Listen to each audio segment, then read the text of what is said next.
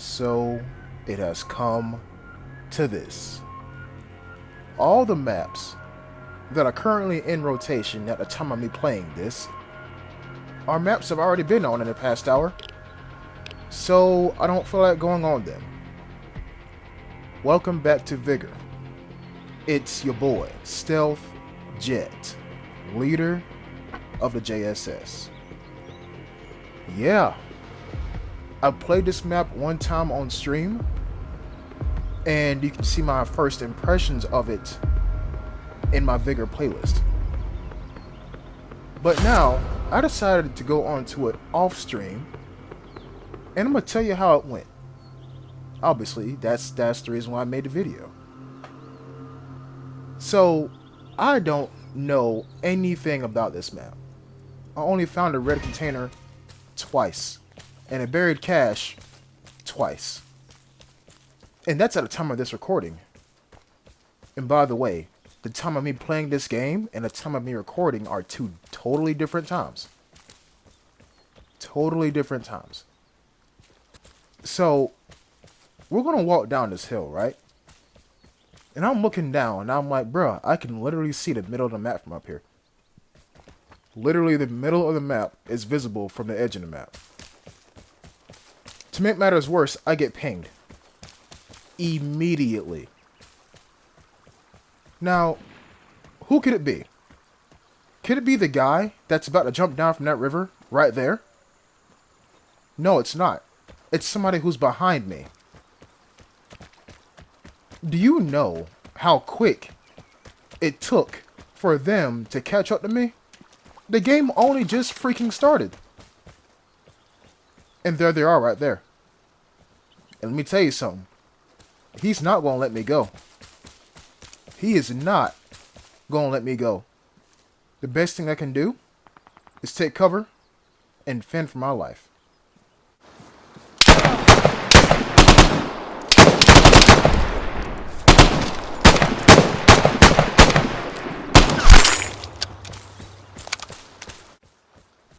Literally, at the time of me playing this encounter right here, this is what, the fourth time I've been on this map?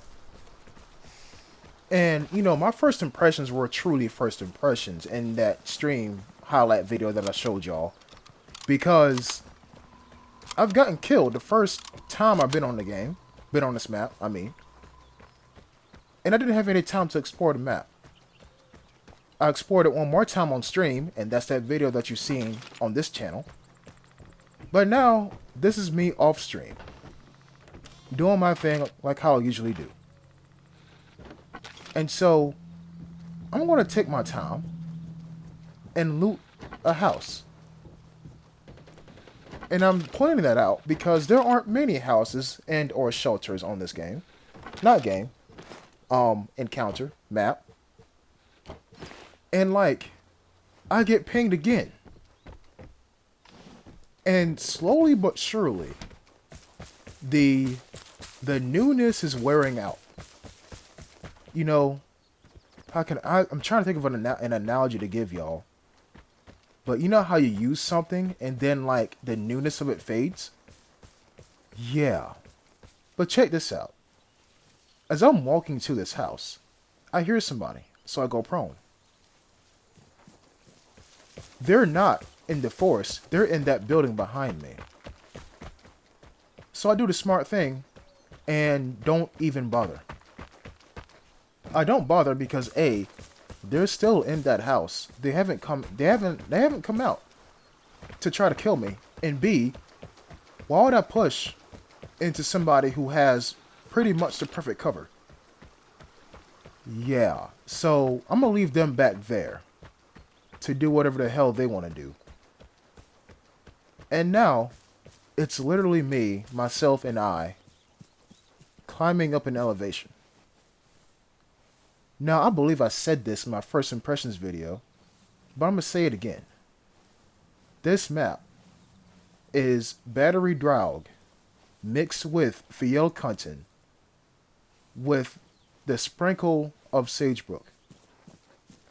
And I'm pointing all three of those maps out for this reason. You know how field content has no cover at all? It's like rocks. Yeah. Take a look around me right now. At least this map gives you trees. On field content, you don't have trees. You have a flat surface. That's why I say Sagebrook. At least Sagebrook gives you trees. But I point out field content because you have no top cover. You have no left or right cover. On this map, you have rocks and trees and a sprinkle of houses, and that's pretty much it. And I'm pointing this out because what's the best way to kill somebody when they don't have cover? And yeah, I realize the container's right there. I'm like, oh, wait a minute. Don't want to get too close. Mortar strikes. I think mortar strikes on this map is ideal. You feel me? It's ideal. Especially on a flat part of the map where there's nothing but fields. You know what I'm saying? And when I say the flat part of the map, I mean behind me. But I think mortar strikes were designed... No, I think this map was designed with mortar strikes in mind. I mean, look at this. If somebody could see that gunfight right there, if they drop one mortar strike on that house, they kill 2 people. Because look how small and condensed it is. Look at that house. Literally, the detector's up there. In the house, and that's it. There is no surface area up there. None. That house pretty much takes up like 80% of that entire plateau. And that's it. So I think mortar strikes are great for this map. Now this guy does see me, right? And we're going to change fire. We're going to exchange fire. And he panics and lets off like, what, 30% of a whole clip? And I'm like, come on, HPRT, don't fail me now. And he is wearing it out. And he runs out of ammunition, so he falls back and reloads.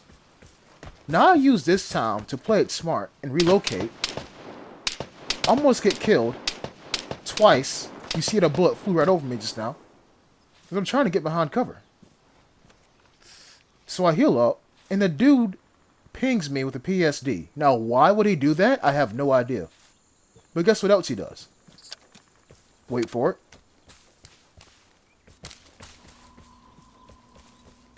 Now, why would you do that? We know it's him, because he just pinged me.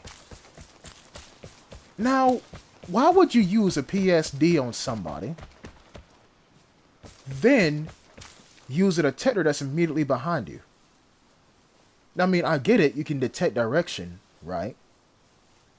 But if you know where they're at, and you're literally above them, and you got a perfect view of like the whole valley that you last seen them in, why would you detect them twice?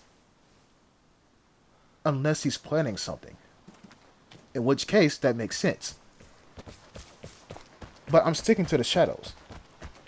And not because I like playing Thief. By the way, rest in peace, Thief. But because I'm trying to stay out of, like, the sunlight. If that makes any sense. It's way easier to detect somebody in broad daylight rather than shadows. Now, we seen glint at that house. On those rocks. We seen glint over there. So he was definitely aiming this way. Now I'm going prone right here to minimize, you know, any chance of me getting shot at. But the guy gets up as the airdrop now decides to fall. The guy gets up and runs. But to where? Well, we don't have to wait long to find out. So I'm deciding to still keep watching that area. Because I feel like even though I've seen him go over the horizon, he's not that far off. He's not. But looking at the map, I realized something. The container is downhill. So that's why he did that. That's why he ran down that hill so quickly. He used the detector to see if there's anybody else around him. Then, Once he found out that nobody was around, he said, I'm gonna kill this dude and go for a detector. Once he didn't kill me, he said, okay, he's far off, I'm gonna go for a detector anyway. Here's the thing though. Now, in the words of the dude from the office, how the tables, no, how'd he say it? He said, Michael from the office, he said, how the turntables. Now I'm above him. And I try to pull off the miracle headshot, and it doesn't work. It doesn't work. This is going to lead to a series of videos that are going to be coming up here relatively soon. But, bit of foreshadowing there. I realized I got an SKS on me. Which is a great weapon now that it's buffed. It was always a great weapon, but now it's even better. Reload the clip.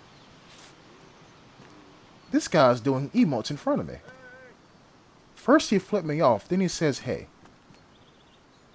Y'all know that meme where the two guys yelling across each other from a golf course? And they're like, hey, what's your name? Ezekiel. You know what I'm talking about? Yeah. That's pretty much what he did just now. And remember when I said at the beginning of the video that this map is designed for mortar strikes? Imagine if I had one right now. If I had one, then two things could have happened. One, a mortar strike could hit him, and he runs away. Or two, he hears a mortar strike and runs downhill. What I'm saying is, it won't kill him, but it'll make him move. Now, if you look way down this path, you want to see him. And I hesitate for a little bit, purely because I feel like he's that kind of player who will fake going to an exit, but sit just outside of crow range and watch me head straight forward. But once I seen he got past these two yellow triangles and then took a right behind this rock, I said, yeah, he's gone. But that's the end of this encounter. Man, my only objective in that entire thing was to survive. If you want to know how I feel about this map, let me give you the perfect analogy I came up with at 3 o'clock in the morning last night. Imagine you have an ice cold soft drink in your hands. I say soda. Yeah, I say soda. Some people say pop. I don't know. Y'all are weird. Imagine you have like a 20-ounce Sprite in your hands. Nice and cold, right? And you shake it up like all hell, and you let it sit for like 5 seconds, and then you open it. But before you open it, you study how the liquid inside the Sprite reacts to you shaking it. That liquid is this map. This map is condensed chaos. First of all, there were 12 people on this small ass map. Imagine if there was teams. Imagine that. If you want to come to a map and fight, it's no longer Battery Draug. It's this map right here. Because it's a smaller field content. Now, what I'm waiting for is a bigger urban map. Like Fisk Fabric, but less field and more house. This map's insane. Peace.